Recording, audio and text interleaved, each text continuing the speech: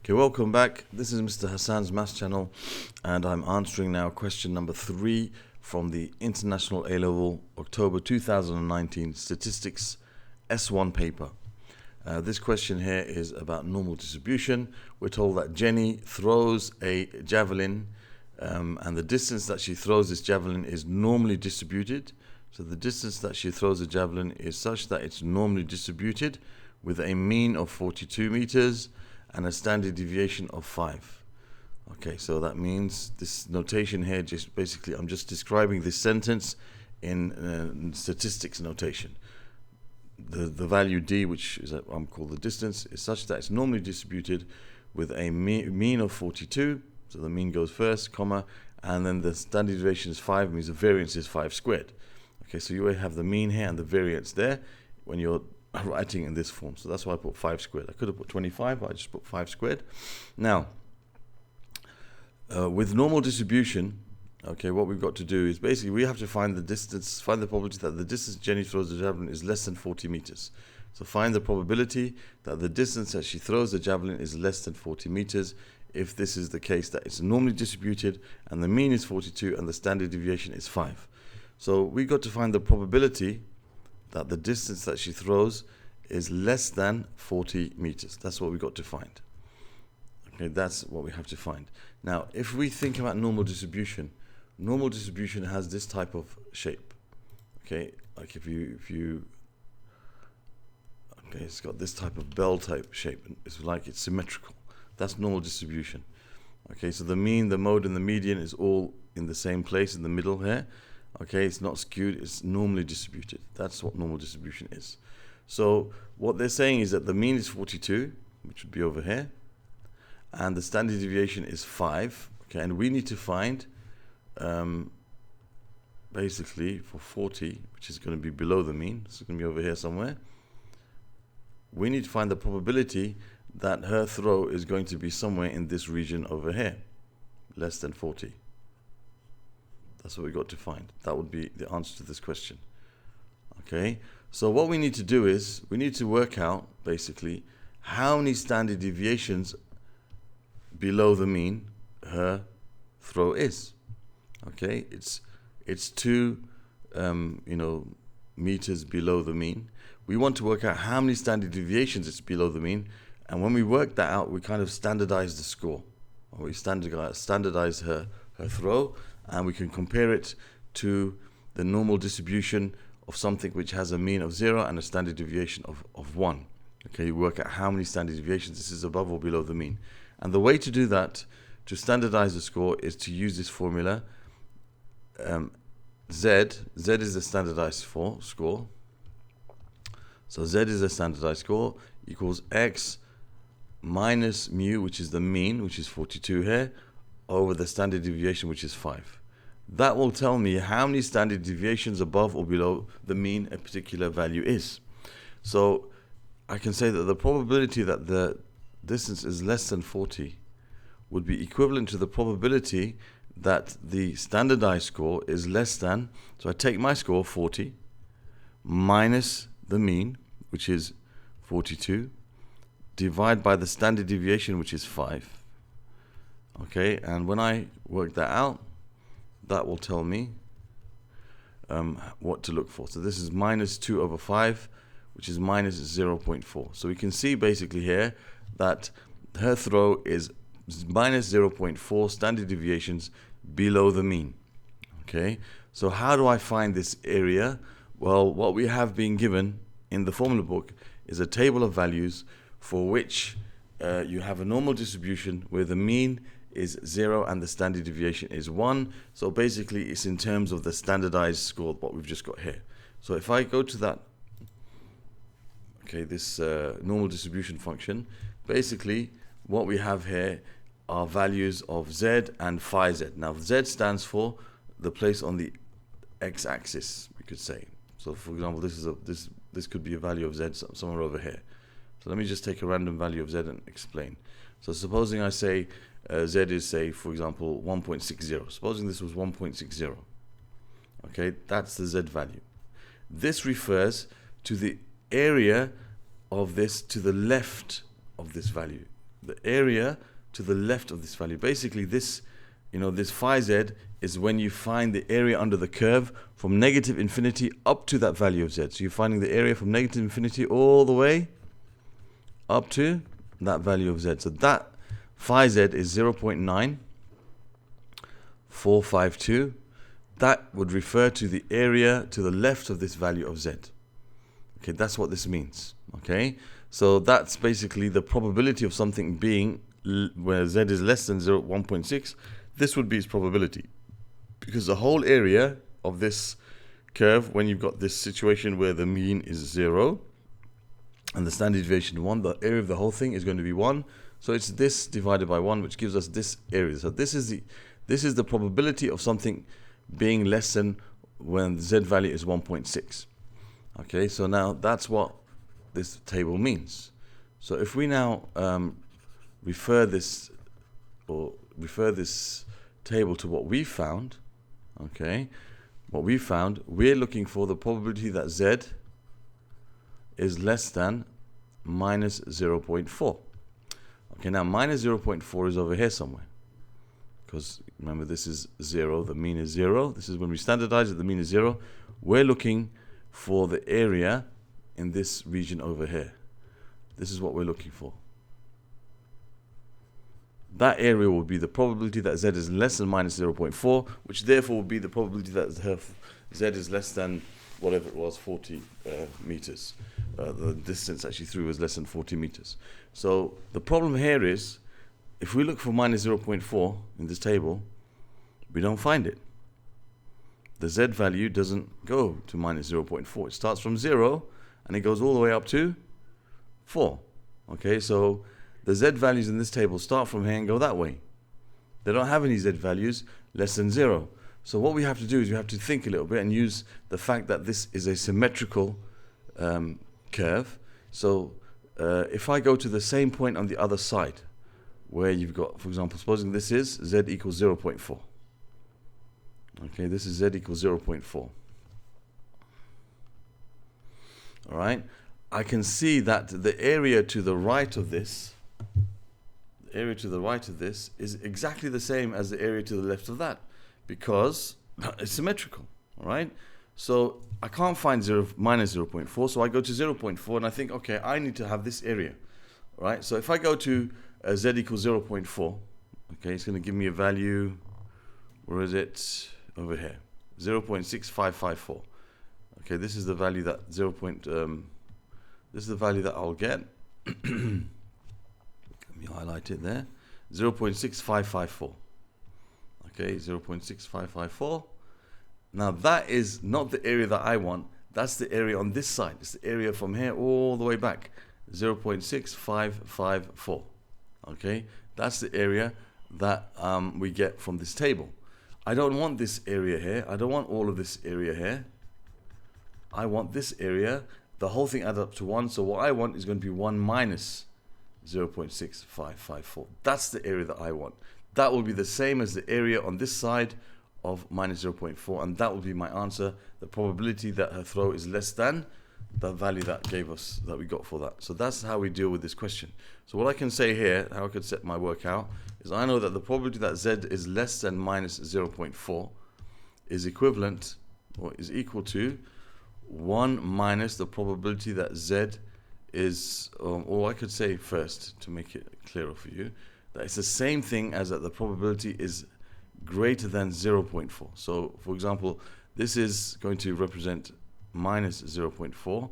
You're going to have another value here which represents 0.4. Okay, so this is 0.4, and this area here is the same as that area. So this area, z is greater than 0.4, is equal to the area where z is less than minus 0.4. So this is the same, as I said, as 1 minus the probability that z is less than 0.4. Okay, so if I know the probability of z being less than 0.4, it will be equal, the 1 minus that will be equal to this. Okay, so this is going to be 1 minus, and as we found, our value for z was, let me just get rid of all of this because I might need it again later. The value of z was down here. Okay, I'll get rid of this as well. what I'll do is I'll copy this, because sometimes I forget the value. So I'll copy this and put it on the side and move it down there. Okay, so what I can say here is that you got 1 minus 0.6554, and that should give us our answer. 1 minus 0.6554. Yep, just make sure. And that gives you 0.3446. 0.3446. Always best in the end to round your answer to 3SF. So 0.345 would be the final answer. And that's the probability that her throw is going to be less than 40 meters. Okay, so there's the answer to part A. It's a very short question actually, and I took a long time to explain it because I just wanted to explain how this normal curve works, how we find the values of Z and stuff. But of course, if you understand what you're doing, it will take you no time to get this question done. I took a bit of time in these questions. You notice that sometimes my answers take a long time. It's because I'm explaining the background behind them. So you'll see, like, how come we took that much time to answer this question, and what's it going to do, what's going to happen in the exam? Is it going to take that long? No, it's not going to take that long in the exam, because by the time you get to the exam, you'll have understood the background, and you just get on with answering the question. So what I'm doing in these papers or these explanations is trying to build up your foundations for those people who might have not gone through the course in a proper way, so that they can make up for some of those deficiencies, and in the real exam they'll have understanding. So I try to explain a bit more in detail for those students. That's the reason why it takes a bit longer for me to answer my questions than it would do in a real exam. Okay, so anyway, so part B now. It says Jenny enters the javelin competition. To qualify for the final, she has 3 attempts to throw the javelin a distance of more than 40 meters. Once she has qualified, she does not use any of her remaining attempts. Okay, so basically what it means here is that somebody comes to this competition, and you have 3 throws, you have 3 tries to qualify. All right, if you get more than 40 meters, you're going to qualify. All right, whether it's your first throw or your second throw or your third throw. Okay, once you've got that 40 meters, you stop, you don't continue. All right, so if she threw on her first throw more than 40 meters, she's going to qualify, and she's not going to throw anymore. Just that one throw will be enough for her to qualify. If the first throw is less than 40 meters, she gets to try again. And if the second throw is more than 40 meters, then she has qualified, and she doesn't have to do the third throw. She's qualified. If the first throw is less than 40 meters, and the second throw is also less than 40 meters, okay, she has a third attempt. She tries again. If it goes more than 30 meters, she qualifies. But if it's less than 40 meters, then she's not going to qualify. Okay, she's not going to qualify, and she won't qualify for the thing. So it says, given that Jenny qualified for the final, and that throws of the javelin are independent. So that means the probability of getting over 40 meters is independent of what you threw before that. Okay, so the probabilities will be always be the same of getting more than 40 or less than 40 to qualify. The probabilities won't change depending on what happened before. It says find the probability that she qualified for the final on her third throw with a distance greater than 45 meters. So whenever you see a question about probability and you've got the word given, you have to take care, because the word given means that you have to change the sample space. I'm now not looking at all the possibilities in the situation. I'm looking at the sample space now that she has qualified, and then based upon that she's qualified, I have to find the probability that she qualified with her final throw, and the distance on that final throw was greater than 45 meters. So basically I'm finding the probability that she qualified on the third throw, and the distance was greater than 45 meters, given that she qualified basically what's going to happen here is this is going to be, my denominator is going to be the probability that she qualified, and my numerator is going to be the probability that she qualified on the third, okay, great, with a throw greater than 45, intersection with that she qualified. All right, so that's basically what we're looking for. Now this basically is the same as just the top here is the same as that she qualified on the third throw greater than 45. Okay, that basically the intersection between this and she qualified is going to be just this, because of course it's all of this is a part of that. It's like you can say this is qualifying and this is qualifying, you know, with a throw greater than 45 on the third throw. It's like part of qualifying. So the intersection between this and that, so that, you know, this part, there's a little circle inside it, the intersection between them is just that part. So basically what we need to do is we need to find the probability that she qualified on the third throw and it was greater than 45 meters. I shouldn't put a slash there because that means given. Okay, qualified and the third throw and it was greater than 45 meters over the probability that she qualified. When I find that, I've answered this question. All right, given that she qualified, that's the probability that she qualified, is the denominator. Find the probability that she qualified on the third throw with the throw greater than 45. So I've got to find this and divide it by the probability that she qualified. So let's first look at the probability that she qualified. Okay, for somebody to qualify, you have 3 throws. You have 1 throw, 2 throws, and 3 throws. We know the probability that she throws greater than 40 meters. We kind of found it here. The probability that she throws greater than 40 meters was this. This is the probability throwing greater than 40 meters, because if this is throwing less than 40 meters, that must be more. So 0.6554 is the probability of throwing more than 40 meters. 0.6554, and the probability that she throws less than 40 meters is our answer that we got, which is 0.3446. I'll put it in a more accurate form for now. 0.3446. Okay, so now if we look at the ways that we can deal with her qualifying. Now, if she throws on her first, so there's 3 different scenarios: that she qualifies on the first throw, or she qualifies on the second throw, or she qualifies on the third throw.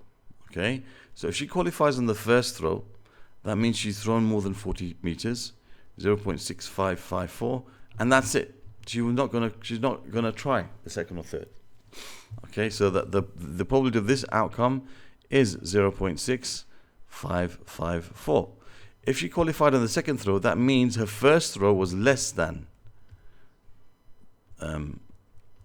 40 meters, and her second throw was more than 40 meters, and then she didn't have to throw anymore. She's qualified. So this is 0.3446 multiplied by 0.6554. And if she qualified on the third throw, that means she missed the first. She got less than 40 for the first, and she got less than 40 for the second. And for her to qualify, just basically qualify for the on the third throw is 0.6554. I'm not putting you know, the third throw is greater than 45 meters right now. I'm just finding the probability of somebody qualifying. Okay, the probability of somebody qualifying, just the basic qualification. It means the third throw, one of the throws has to be more than 40 meters, and basically, you know, you got to look at the scenario that they qualified in the first throw, or the second throw, or the third throw. If they qualified in the first throw, they don't throw the second or third. They qualified in the second throw, that means they did less than 40 on the first throw and more than 40 on the second throw, they don't throw the third. And if they qualified on the third throw, that means the first 2 attempts were less than 40 and that final attempt was more than 40. So this is going to be 0.3446 squared times 0.6554. So to find the probability of qualification, I've got to add all those together. So I've got 0.6554 plus 0.3446 multiplied by 0.6554 plus, and I've got 0.3446 squared multiplied by 0.6554. So when I find that answer there, that will be the probability that she qualified. So I'll just take out the calculator and I'll use that. So I have 0.6554. I'll use my mouse. Pen doesn't work well with the calculator. 0.6554. Okay, plus then I have 0.3446 multiplied by 0.6554. Okay, plus 0.3446 squared multiplied by 0.6554. Let me just make sure I didn't make a mistake there. 446,554. Yeah, okay. All right, so that gives me 0.959079. I'll write it to a few more. Well, I'll do this because I always mess up here. Let me just capture the screen and paste it here. Okay, so I've got that. So 0.95079. I'll leave it written to that accuracy for now. That's the probability of this person qualifying. I'm gonna just store this as A. Okay, so it's now stored in my calculator as A. I've got the exact value stored. All right, so that's the probability of the person, of somebody qualifying in general. That's the probability of qualification in general. Okay. What we now need to find is the probability that she qualified for the final on her third throw with a distance greater than 45. So if she qualified on her third throw, okay, so the next thing we look at is that she qualified on the third throw and the distance was greater than 45 meters.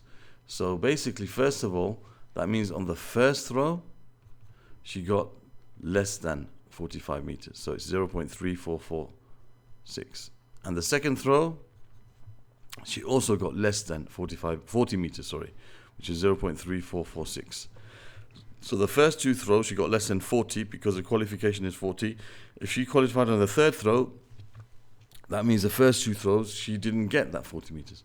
But on the third throw she got a throw of more than 45 meters. So now what I need to do, I need to find the probability that the distance she threw is greater than 45. And that will be what I have to put here. So if we think about the standardizing that score, that's the probability that Z is greater than 45 minus 40. Remember, we standardize it, it's 42. The mean is 42. Okay, remember the throws, the distance is normally distributed with a mean of 42 and the variance of 25 or 5 squared. So it's 45 is the score minus the mean over the standard deviation. So we want to find the probability that Z is greater than, that's going to give me 3/5, which is 0.6. Okay, so that's what I need to find. The probability that Z is greater than 0.6. So if we go back to our table, we're going to find Z is greater than 0.6. Now let's have a look here. Now 0.6 is a positive value. Let me just get rid of this. Just say this is 0.6. Just say this is 0.6. We want to find this area here. Now if I go to 0.6 on the table, which is over here, 0.7257, that gives me this area here, 0.7257. I want to have this area here, which is 1 minus that area. Okay, I want to find the probability that Z is greater than 0.6, so I need to find 1 minus this area over here. Okay, so I go back and 0.7257. All right. So I know that I'm looking for the probability. I know the probability that Z is greater than 0.6 is equal to 1 minus the probability that Z is less than 0.6, and it's 1 minus 0.7. I always forget. What was it? 7257. Just make sure 0.672, 0.7257. Okay. 7257. So 1 minus 0.7257, and that gives you the probability that that throw is greater than 45 meters. So 1 minus 0.7257, that gives us 0.2743. 0.2743.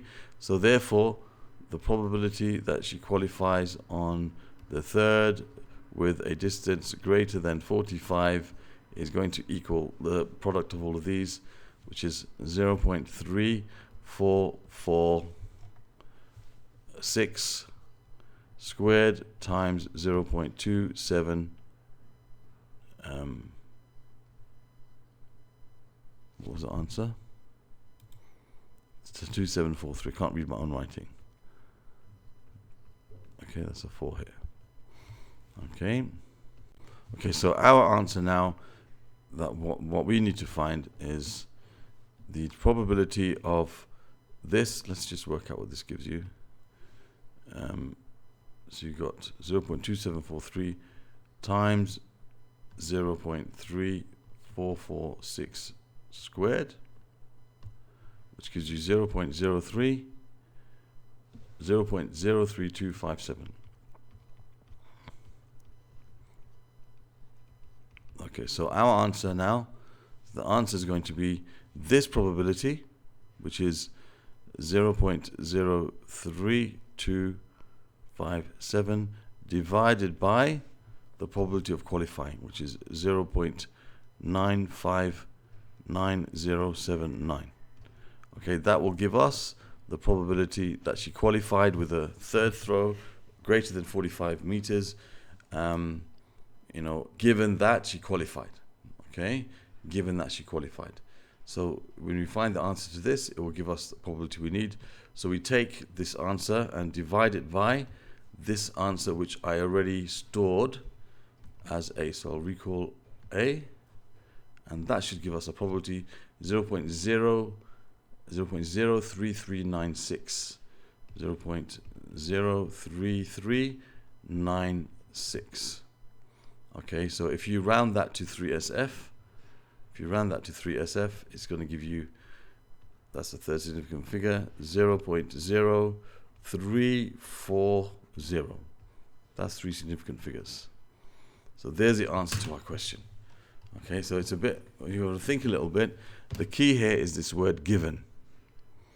Given that Jenny qualified for the final, all right, that's where you have this conditional probability. So that given changes the sample space from the whole thing to just that particular part. So we're looking only now at those that qualified, not the whole number of, or the whole number of people that took place. We're only looking at those that qualified. So we've got to find the probability that somebody qualifies, and that's our denominator.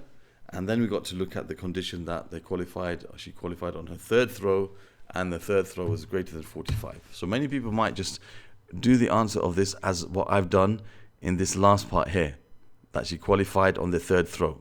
This answer here. Many people might have written this as their answer. Okay, but that's not the final answer. Okay, we need to find the probability that she qualified on the third with a throw greater than 45 meters, given that she qualified. That's what we found here. Okay, so this is the given that she qualified, and that's the qualification on the third throw.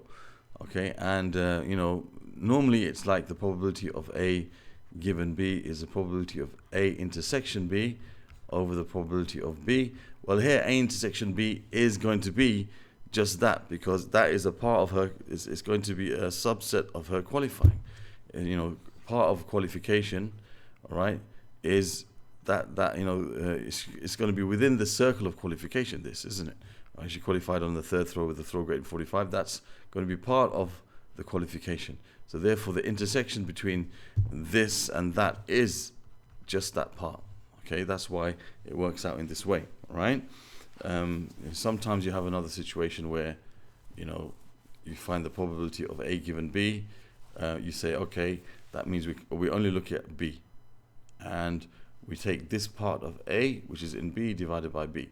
In this case, the fact that she's qualified on the third throw is all part of the circle of qualification.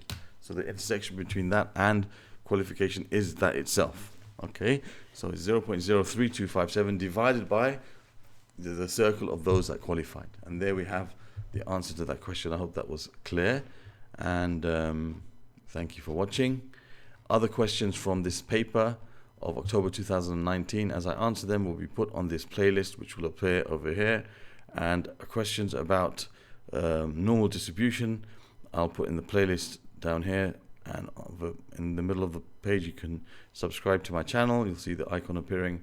And on the card at the top takes you to another S1 paper that you might want to watch. Thank you for watching and see you soon.